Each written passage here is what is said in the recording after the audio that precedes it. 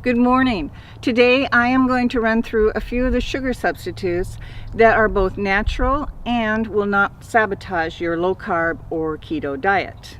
I'm also going to help you make or show you how to make some low carb, no sugar chocolate truffles that are to die for. You can keep them in the freezer, and when those cravings hit up, they're a great thing to have. Not too long ago, fat was the bad boy in terms of obesity and a wide range of diseases. The food industry, of course, accommodated that belief by taking out the fat of their prepared foods so that they could meet the demands of the consumer. Well, when you take the fat out of food, it doesn't taste very good and people don't buy it. So the food industry added in sugar. Things have changed quite a bit recently due to current research and the fact that we're getting fatter and sicker than ever. It turns out that sugar was the culprit after all. Because the food industry is ever vigilant and trying to meet our demands, there are a wide range of sugar substitutes that are currently available. I'm going to talk about some of my favorites in terms of which ones are best for low carb diets. But if you want the real details and an in-depth review, I would check out Thomas DeLauer's video on sugar substitutes. I'll put a link to it in the description below. It's very good. So basically anything that ends in O's is a sugar.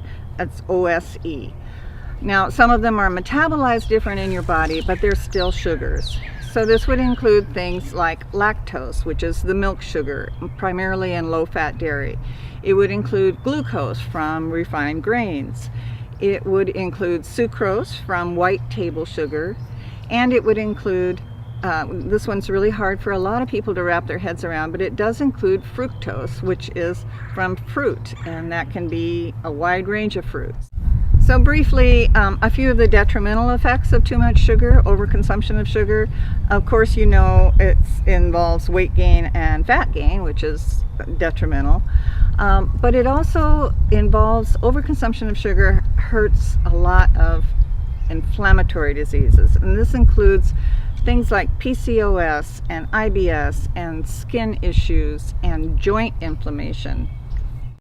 Those are the documented inflammatory diseases, but there is more and more research out that the overconsumption of sugar is linked to cancer, fatty liver disease, and of course diabetes and Alzheimer's. Most of these impacts are related to the sugars in highly processed foods, like from the high fructose corn syrup and things like that. Natural sugars, however, do have an impact, and it pays to know what fruits you're eating, what dairy you're eating. For example, when you choose things like berries for your fruit, there's a high fiber to sugar ratio there, and they're going to be absorbed much more slowly. Fruits and sugars are also absorbed more slowly if you eat them with meals, like with your protein. So really, if you can avoid the high fructose corn sugar, corn syrup, and the processed foods, that you'll get the biggest bang for your buck on sugar. Once you get that down, then you want to choose carefully what sugars you use and try to keep it to 25 grams or less a day, and you're on your way. Okay, so here's my take on sugar substitutes, the good, the bad, and the ugly. As far as ones to avoid, you want to avoid maltitol, and you'll find that usually in sugar-free gum and some of the sugar-free candy. That's probably the worst one. A lot of people need to avoid xylitol. Xylitol can give you bowel problems and digestive issues, and it's also very toxic to cats and dogs. So if you do use xylitol, you want to make sure it's out of range. The last one would be maltodextrin, which is something that you'll find as a binding agent in things like shredded cheeses. So those are the ones to avoid. Now, the favorites that are natural and do not spike blood sugar include stevia, which is natural, and that can be, sometimes it can be a little bit bitter. So a lot of people, or a lot of the industry, includes erythritol with it. You'll find a lot of blends. The blends would be things like Truvia and Swerve and Natvia, I think it's called. Erythritol, it sounds chemical, but it is not. It comes from, it's natural. It comes from corn or bark usually. And most of the sugar substitutes out there right now are a blend of stevia and erythritol. Monk fruit is also a really good one, but monk fruit is hard to find and it's pretty expensive. Now, just a caveat on sugar substitutes. This is anecdotal, but a lot of people do feel that sugar substitutes trick your brain into thinking that you're still getting sugar, and therefore you don't lose the cravings and you can stall out on your weight. There's not a lot of evidence behind this, but if you find that you are stalled out on weight, try getting rid of all the sugar substitutes and see what happens. Okay, that's the lowdown from me on what I know about sugar cravings for today. As a diet coach, probably the most challenging thing that my clients have come up against are sugar cravings.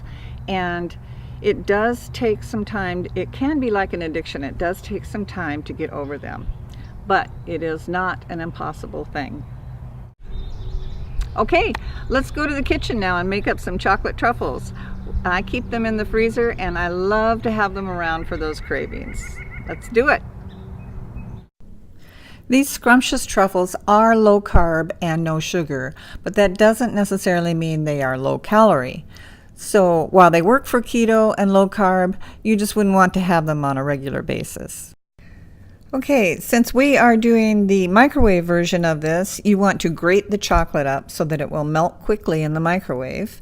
I used 2 ounces of unsweetened chocolate. You want to be careful not to get the sweetened kind because then you'll be getting sugar.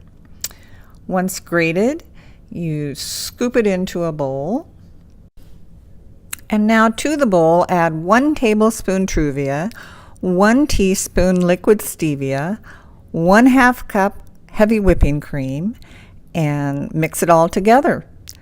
Mix it fairly thoroughly, but it's going to go in the microwave and will be mixed again. Okay, to the microwave for 1 minute. Your microwave may take a little longer. Mine took 1 minute. You want it to be smooth. Take it out of the microwave and stir it a bit maybe, and add 1 teaspoon of vanilla, 1/4 teaspoon of salt, and 1 teaspoon of bourbon. Bourbon is optional, of course. Stir it until smooth, and then cover with a plate and refrigerate for at least an hour. I crushed up these shelled pistachios ahead of time in a food processor. So now the fun part, spread out the pistachios, get out your chocolate from the refrigerator, scoop up about a tablespoon of it and start rolling. You can roll it into as big of balls as you like. I like them about 1 inch. Then roll it around in the pistachios, gather them together and put them in the freezer or the fridge to enjoy at your leisure. If your husband doesn't get to them first, that is, which mine did. These are awesome. Subscribe below if you want to see more videos like this. And now, okay, that's it for today. Let's end with a toast. And since we made these wonderful truffles, let us have a toast to chocolate. And now for a truffle.